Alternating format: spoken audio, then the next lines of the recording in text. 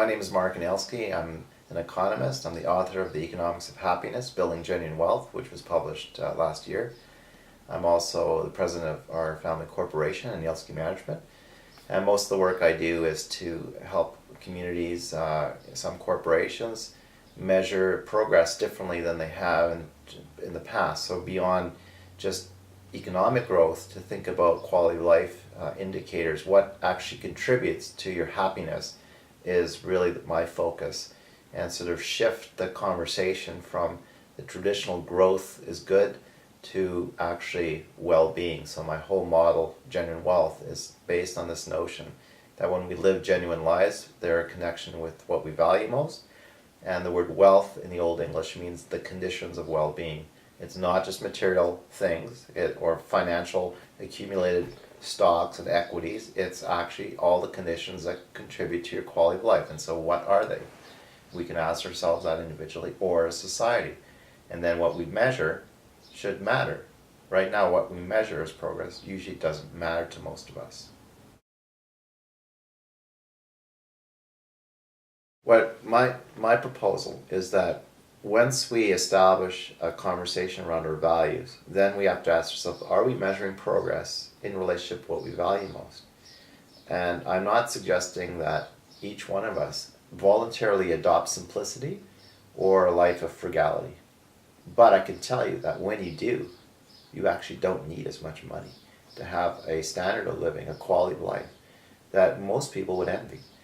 So the paradox of this province is we have so much. We have abundance galore: oil, land, natural beauty, mountains. And so the question is, how fast do we need to develop all that? How much do we need to meet our needs? And then think about how much other countries or provinces need of our our surplus. So this becomes a fundamental question. Never have we been asked as Albertans, how much of our excess oil are we willing to export, right, to the United States? Never had that conversation. I'm not saying that that we should limit our exports, but when we don't think about first priority, can we live sufficiently within our space, our ecological footprint? If the answer is no, then what are we doing? Well, turns out we're importing a lot of our stuff and we're exporting a lot of our stuff. So our economy is based on moving stuff in and out of the province as opposed to happiness or quality of life. Part of the reason is we run our country without a balance sheet. Most businesses have a balance sheet, but there's no accounting of what we call our human capital, or health, people, social capital, our relationships, our sense of trust and belonging. We don't measure that. We don't have any account of our natural capital, our land and forests and water.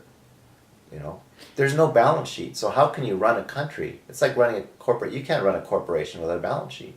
But that's how we run our country. So there's never been a demand for a balance sheet, which is weird. I'm a former accountant. That's weird. That just violates basic accounting principles. The basic accounting principle is you need to inventory what you've got so you know how sustainable your business is going to be. The current economic model is cancer. That's the metaphor I use. Why is it cancer? Because it's based on debt money. Now, to understand this, you have to understand that the amount of accumulated debt can never be repaid by more GDP, because it's not like your mortgage. You can't pay off the total amount of debt in society. It just keeps growing, just like a cancer. So what we're doing is we keep feeding the cancer, and we have no corrective surgery to stop it. There is no possibility except, unfortunately, collapse. And this is typically what happens in economies of debt-based systems. They collapse, which is what you've seen in the U.S. And we'll have the same effect. So are we willing to go beyond cancer? Because that's our model. It's a suicide economy, really. And people don't appreciate that we all contribute to it. So when I, for example, stop consuming, if I slow down my level of consumption because I've actually reduced my level of income, I'm a villain. I'm not good for Alberta. And I'm living like a life of frugality, and that doesn't equate to growth. But what's wrong with that? If ultimately I could tell you our household is way happier than I was 10 years ago. So I'm a living legacy of, it's like, yeah, I'm living my dream, my vision. I'm not afraid of tomorrow. I don't account to anybody. I'm my own boss. And I've got great clients, and I've got great projects, and I feel privileged. But then I feel a responsibility to my neighbor that you too can be happy if you make choices. I'm not saying you have to live like me and you have to buy the same things I buy. But when we're more conscious, I guess, of the choices we make and their implications, I think we're just wiser. Just start the conversation, at the kitchen table with your family, with your friends about really what is important to my life? Like, what will bring my life meaning? And what I'm doing now to step with what I really want to do? And how do I balance? Sometimes we have to, you can't be totally unrealistic. I have to keep my day job. I have to be an economist even if I want to maybe run up to a monastery some days. But I still have to put bread on the table. But the question is, are my life choices in line with what I really value? And just start with that.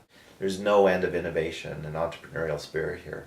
So it's not a question of that we can't do it, it's just a question of will. Are we willing to make some bold moves, into areas that we think, sometimes I get so frustrated with politicians and we can't do that, it'll jeopardize this and that. It's like, why?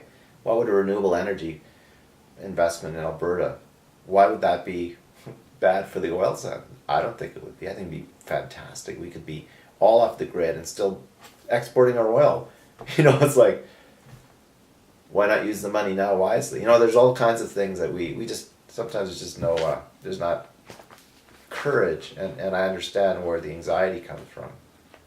It's hard to change.